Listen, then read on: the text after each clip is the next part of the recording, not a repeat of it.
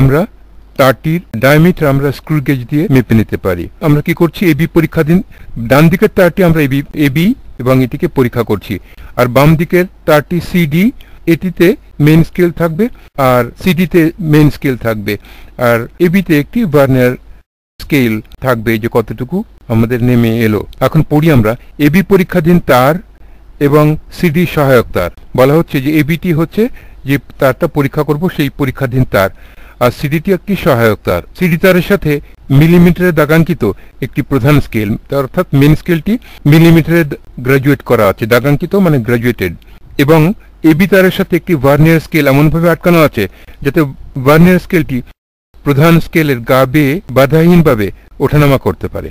বাধাহীনভাবে বলা হয়েছে কারণ যদি একটু কোথাও যদি আটকে যায় তাহলে আমরা কারেক্ট রিডিং পাবো না। সিডি তারের স্কেলের নিচে একটি হুক লাগানো আছে, সিডিতে একটি হুক লাগানো রয়েছে। এই হুকের সাথে একটি ওজন ঝুলিয়ে সিডি তারটি টান করে রাখা হয়। সিডিকে এক্সটেন্ড করা হচ্ছে না, শুধু তারটিকে ঠোঁট টান টান রাখা হয়। TIUT, ঠোঁট মানে হলো টান টান রাখা হয়, তারটি টান টান করে রাখা হয়, তারা বাঁকা ভাগে না থাকে।